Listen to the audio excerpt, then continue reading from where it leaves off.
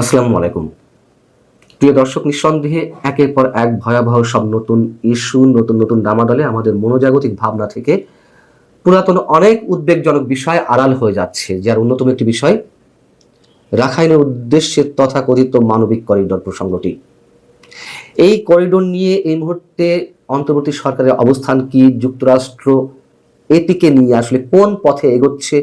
Corridor নিয়ে বাংলাদেশের ভবিষ্যৎ সেনাবাহিনীর অবস্থান, ভারতের করণীয়, চীনের পরিকল্পনা ইত্যাদি ইত্যাদি অনেক বিষয় আমাদের সামনে নতুন করে তুলে এনেছেন ভারতীয় সেনাবাহিনীর একজন সাবেক কমান্ডার, সাবেক লেফটেন্যান্ট জেনারেল অভয় কৃষ্ণ।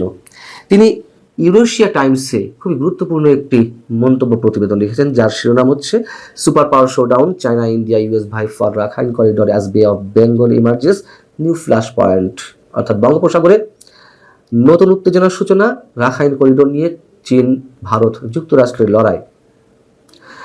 আমরা তার লেখার একটু চুম্বক অংশ আপনাদের সামনে তুলে ধরতে চাই, যে বিষয়টি নিয়ে এখন কি হচ্ছে, কি হতে যাচ্ছে।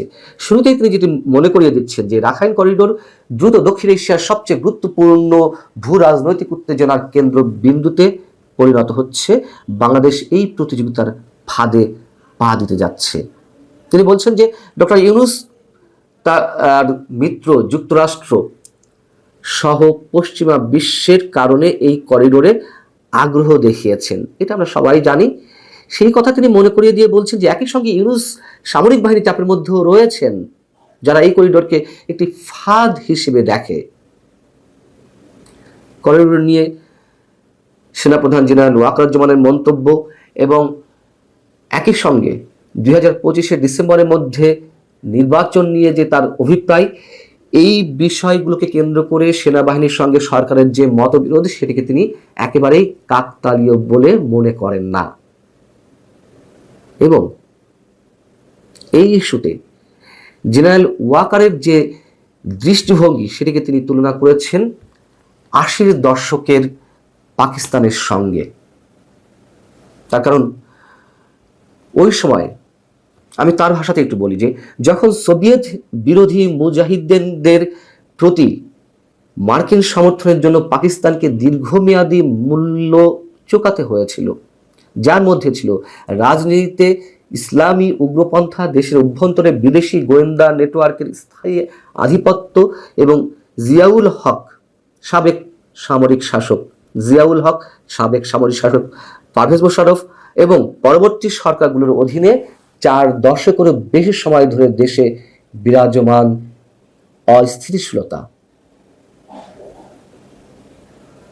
তিনি বলছেন, অতএব বাংলাদেশ সেনাবাহিনী প্রস্তাবিত রাখাইন করিডোরকে মার্কিন আফগান খেলার বইয়ের একটি বিপজ্জনক অধ্যায় হিসেবে দেখে।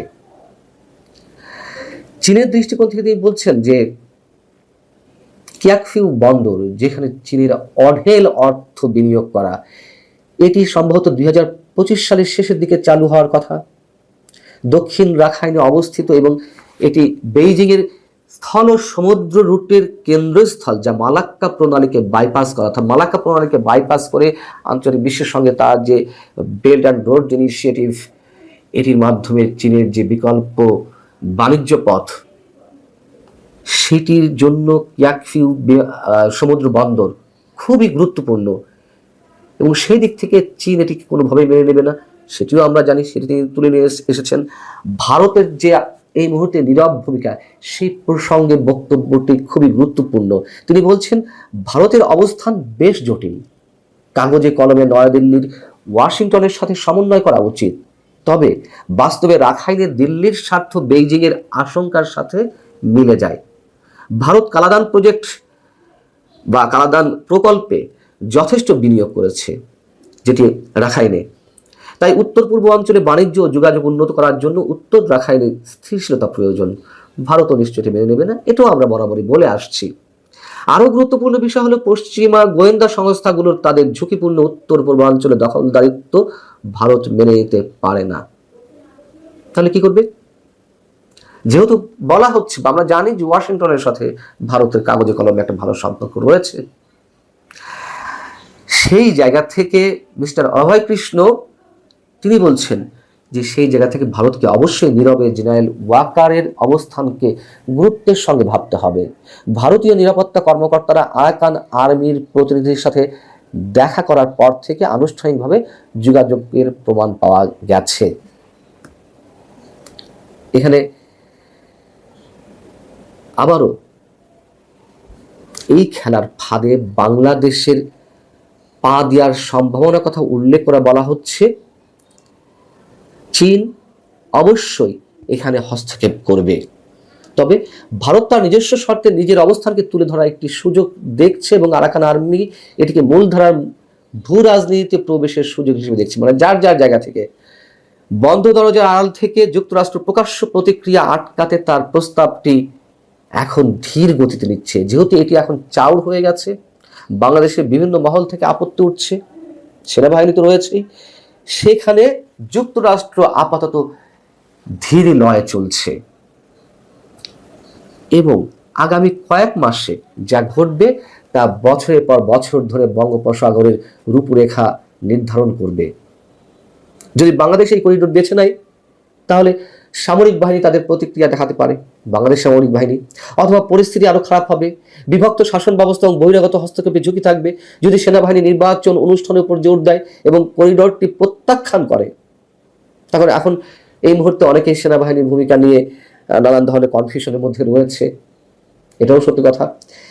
তাহলে ভারত ও চীনের সাথে একটি নীরব জোট হয়তো দেখা যেতে পারে, সে কথাই অভয় কৃষ্ণ বলছেন, যার ফলে উত্তর রাখাইনকে সুরক্ষিত করতে বা করিডোর বন্ধ করার ক্ষেত্রে ভারতের আরো সক্রিয় ভূমিকা অবলম্বনের সম্ভাবনা রয়েছে। দিল্লির জন্য জেনারেল ওয়াকারকে সমর্থন করা বাস্তবসম্মত। যদি আমরা যা শুনেছি, জেনারেল ওয়াকারুজ্জামান যেভাবে মন্তব্য করেছিলেন যে নো ব্লাডি করিডোর, সেই অবস্থায় যদি জেনারেল ওয়াকার থেকে থাকেন, ভারতের উচিত হবে জেনারেল ওয়াকারকে সমর্থন করা, কারণ এটি তার উত্তর পূর্বাঞ্চলকে অর্থাৎ ভারতের উত্তর পূর্বাঞ্চলকে সুরক্ষিত করবে, বাংলাদেশকে নিয়ন্ত্রণে রাখবে এবং মিয়ানমারের জাতিগত শক্তির সাথে ভবিষ্যতে যে কোনো আলোচনায় ভারত মূল ভূমিকা পালন করতে পারে। এবং সবশেষ এসে জেনারেল অভয় কৃষ্ণ বলছেন বাংলাদেশ এই মহান খেলার, মানে এত বড় খেলার একটি ভঙ্গুর কেন্দ্রবিন্দুতে এই মুহূর্তে অবস্থান করছে। তার নীতিগত পছন্দ নির্ধারণ করবে যে বাংলাদেশ সার্বভৌমত্ব বজায় রাখবে নাকি বহিরাগত উচ্চাকাঙ্ক্ষার জন্য একটি মঞ্চস্থল হয়ে উঠবে। বলা যায় প্রতিযোগিতা সবেমাত্র শুরু হয়েছে। এত সুন্দর করে কথাগুলো বলেছেন অভয় কৃষ্ণ, এবং সবচেয়ে শেষের যে কথাটি, প্রতিযোগিতা সবেমাত্র শুরু হয়েছে, আর বাংলাদেশ কোনটি বেছে নেবে এবং সেখানেও আমাদের স্বঘোষিত আন্তর্জাতিক খেলোয়াড় প্রধান উপদেষ্টা ডক্টর মোহাম্মদ ইউনূস, তার ভূমিকাটাও নিঃসন্দেহে অনেক গুরুত্বপূর্ণ। ভালো থাকুন, আল্লাহ হাফেজ।